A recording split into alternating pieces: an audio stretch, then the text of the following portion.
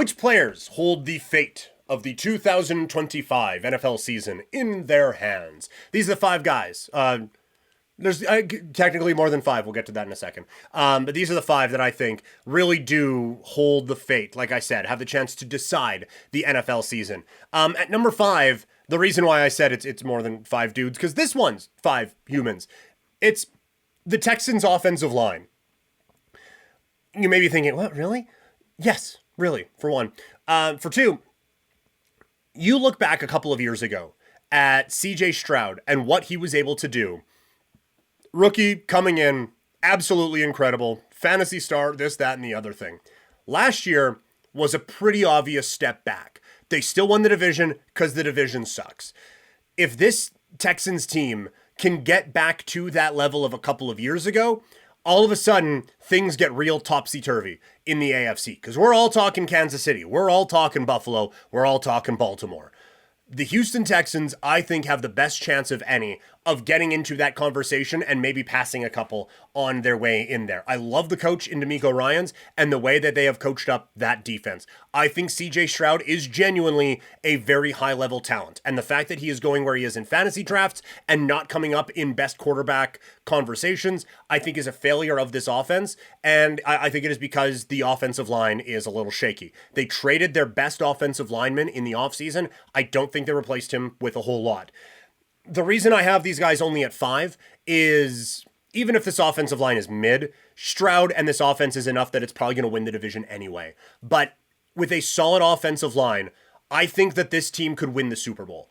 I think that highly of the talent that they have around CJ Stroud. I think that highly of CJ Stroud as a quarterback and a leader. And I think that highly of the coaching staff that has been assembled there. I really think this team could be a genuine contender if that offensive line can hold up. So they, I think, have the opportunity to really swing this NFL season. At number four, it's Drake Maye. We're now into the quarterback portion of this. I would love to not have it just be quarterback, but it is. So at number four, it is Drake Maye.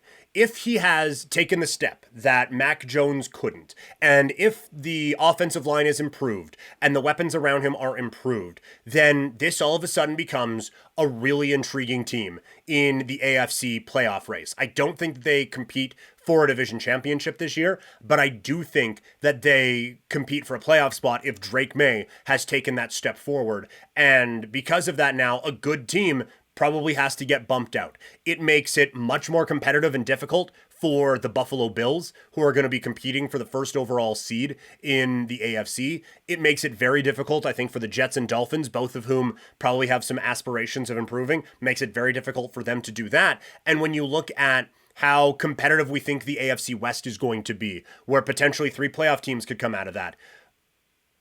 You look at the North, potentially three playoff teams could come out of that. I'm not of that belief, but three playoff teams could come out of that. If Drake Maye, we've already reached too many playoff teams, and we still have multiple division winners to go. If Drake Maye can knock one of those teams out, then all of a sudden we are talking about some high-level football teams that are going to have massively, massively disappointing seasons. So that's why I think he is a player that can decide the NFL season. At three, it's Bo Nix.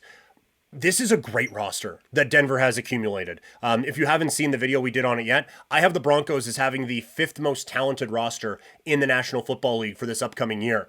Bo Nix was very good last year. I kind of think that's where he stays. I don't think there is this massive progression for him in year two or on down the line. I think because of the time he had in college, this is a bit more of a finished product, which is fine because that product was good. That product got them to the playoffs.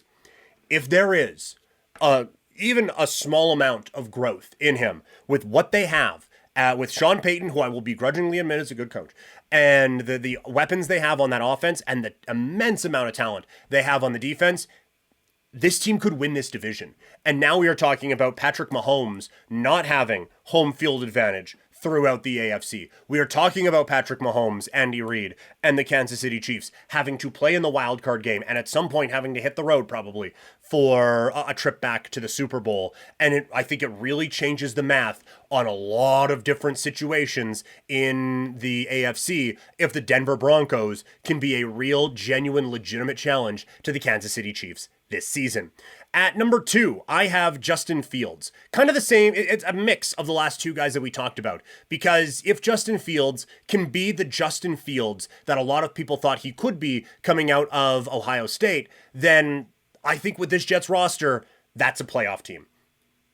Yeah. Now, that is asking for 100% of Justin Fields and 100% of something we haven't seen from him so far. But if he can just be better than Aaron Rodgers, which I think he can be, and if he can be 75% of what we thought this guy could be, I still think this is a team that is threatening for a playoff spot. And so again, it's kind of like the Drake Maye conversation, where all of a sudden Buffalo's path to the number 1 seed in that first round bye becomes a lot more difficult.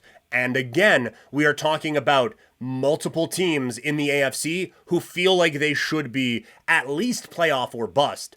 And if the Jets are in that conversation, then again, a very good team is out of it. So maybe Fields is a little bit too high, but a lot of it too is I am putting a lot of faith in them on a few of these projections. And so I think that the Jets have a lot of variance in what they could be. And I think both sides of it really do change how this season goes. But at number 1, it's JJ McCarthy. Because if he is great, I will even say if he is good, the Vikings could win a Super Bowl. So like with a couple of these other ones, with Knicks, it's, well, they could maybe win the division and maybe challenge Patrick Mahomes, and now all of a sudden he's on the road and da-da-da-da-da. And Drake Maye and Justin Fields, well, they can make life more difficult on Josh Allen. And so you kind of get the It's Always Sunny in Philadelphia with the strings and everything attached to how will this decide this, that, and the other thing.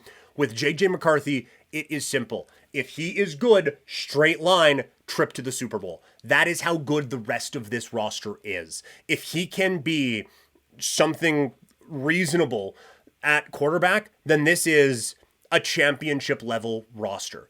If he is just a rookie disaster, and I get he's not technically a rookie, but if he is basically a rookie disaster, then this division is too good and it will eat them up very, very quickly. And it provides a much easier path for the Detroit Lions, for the Green Bay Packers, a team that we said had a lot of pressure on them in the Chicago Bears. Like it makes life so much easier and a bit more wild in that NFC North if the Vikings just have a bad quarterback. But if he is good, I think this is a fantastic football team that could win a Super Bowl. So that's why I think the player that could swing the NFL the most this season is JJ McCarthy. He is my number 1 player who could decide the NFL for 2025.